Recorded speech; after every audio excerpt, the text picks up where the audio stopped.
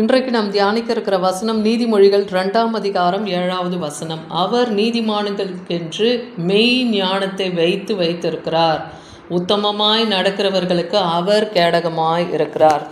நீதிமான்களுக்கு தேவன் மெய் ஞானத்தை வைத்திருக்கிறார். மெய் ஞானம் என்பது என்ன? தேவனை அறிகிற அறிவு தான் மெய் ஞானம். அந்த ஞானத்தை யாருக்குள்ளே வச்சிருக்காராம்? நீதிமான்களுக்குள்ளாகவும் உத்தமமாய் நடக்கிறவர்களுக்கு அவர் கேடகமுமா இருக்கார். அவர் கேடகம்னா அவர் தான் பாதுகாப்பும் அரணுமா இருக்காருன்னு அர்த்தம். அப்போ தேவன் நியாயத்தின் நெறிகளை தற்காத்து தம்முடைய பரிசுத்தவான்களுடைய பாதைகளை அவர் காப்பாற்றுகிறவராக இருக்கார். நீதிமான்கள் என்னும்போது அவர்கள் பரிசுத்தவான்களாக இருக்கார். அவங்களுடைய நியாயத்தை எல்லாம் நெறிக்காத்து தற்காத்து அந்த பரிசுத்தவான்களினுடைய பாதைகளை அவர் காப்பாற்றுகிறவராக இருக்கார். இன்றைக்கி நம்முடைய வழிகளும் நீதியும் நியாயமுமா இருந்ததுன்னா தேவன் நம் பாதையும் காப்பாற்ற அவர் வல்லமையுள்ளவர்.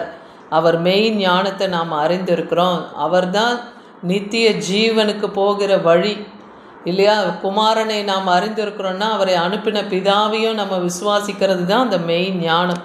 யாக்கோபு 3ஆம் அதிகாரம் 14லேருந்து 17 வசனம் வரைக்கும் நீங்கள் பார்த்தீங்கன்னா, உங்கள் இருதயத்தில் ஏதாவது கசப்பான வைராக்கியம் விரோதம் இதெல்லாம் வைத்து நீங்கள் மேன்மை பாராட்டாத இருங்கன்னு சொல்கிறார். சத்தியத்துக்கு விரோதமாக நீங்கள் பொய் சொல்லாமலும் இருங்கள்னு சொல்கிறாரு.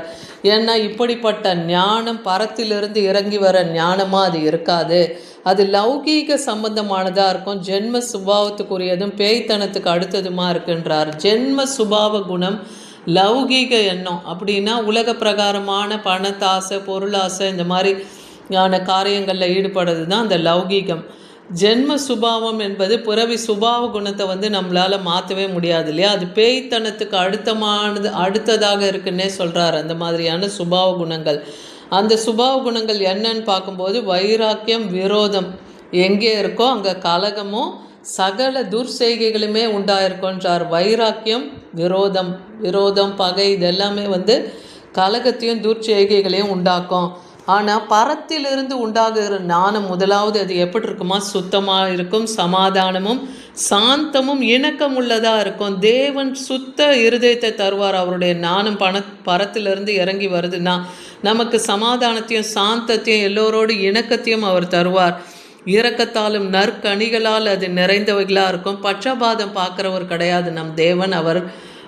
அவருடைய அன்பு எப்படி இருக்கும்? மாயமற்றதாக இருக்கும் தேவனுடைய அன்பு இல்லையா? அந்த ஞானம் நமக்குள்ளே விளங்கும் போது அதுவும் மாயமற்றதாக இருக்கும். அதனால் பரத்திலிருந்து உண்டாகிற அந்த ஞானத்தை நாம் கேட்டு பெற்றுக்கொள்ளணும்.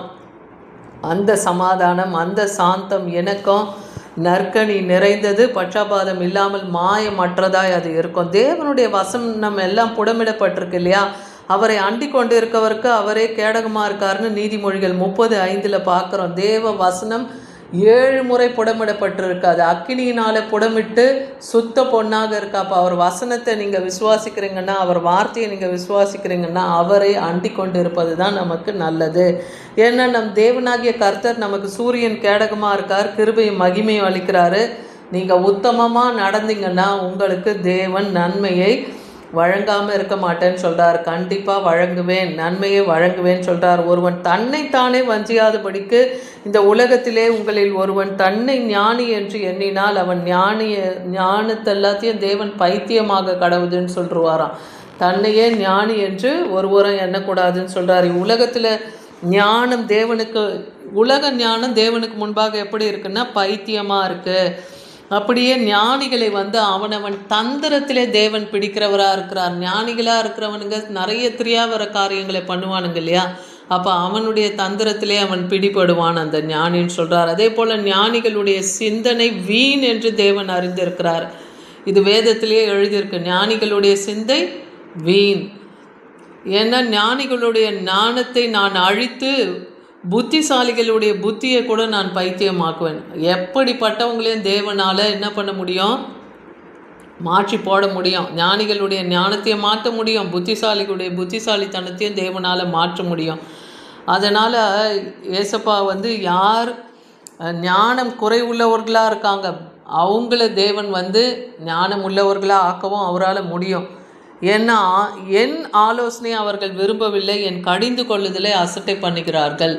அப்போ அந்த ஞானிகளும் புத்திசாலிகள் என்று தன்னை எண்ணிக்கொள்கிறவங்க கர்த்தருடைய வார்த்தையை கேட்காம, அவர் ஆலோசனையை விரும்பாமல் அவர் கடிந்து கொள்ளுதலை அசட்டை பண்ணி கொண்டிருக்கவங்கள கர்த்தர் அருவருக்கிறவராக இருக்கார். ஆனால் உத்தமமாக நடக்கிறவங்க ரட்சிக்கப்படுவாங்கன்னு சொல்கிறார். மாறுபாடான இருவழியில் நடக்கிறவங்களோ ஏதாவது ஒன்றிலே விழுந்து போவான்னு சொல்கிறார். அப்போ கர்த்தருடைய வழியிலே உத்தமமாய் நாம் நடக்கும்போது நாம் ரட்சிக்கப்படுவோம்.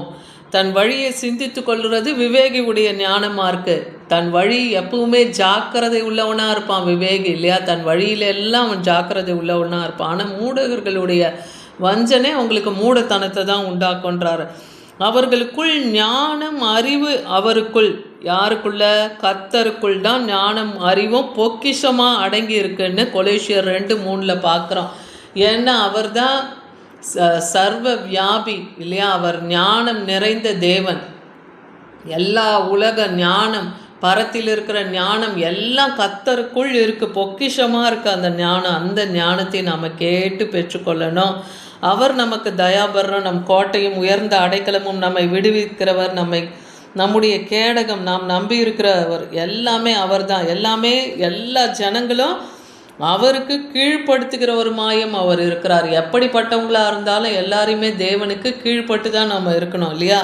ஏன்னா அவர் தான் நமக்கு தயாபர கோட்டை, தஞ்சம், அடைக்கலம், அரணுமா நமக்கு இருக்கார். நம்ம நம்பி இருக்கிறவரும் அவர் தான்.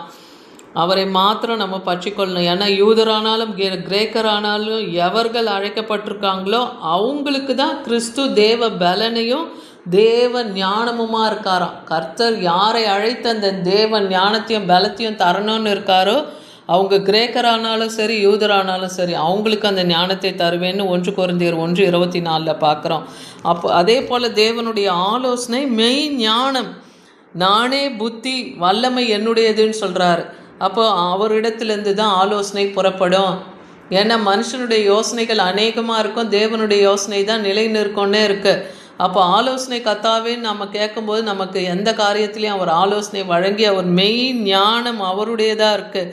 அவர் புத்தியும் வல்லமையும் நமக்கு தருவேன்னு சொல்கிறார். அப்போது உன் ஞானம் விளங்க உன் வாயத்திற, இருதயத்தின் நிறைவினால் உன் வாய் பேசும்னே சொல்கிறார். பரிசுத்த ஆவியின் வல்லமையினாலே நம்மளை பூரணப்படுத்தி அவருடைய ஆவியின் வல்லமையினாலே நமக்கு அந்த மெய் ஞானத்தையும் புத்தியும் தர தேவன் வல்லமையுள்ளவராக இருக்கிறார்.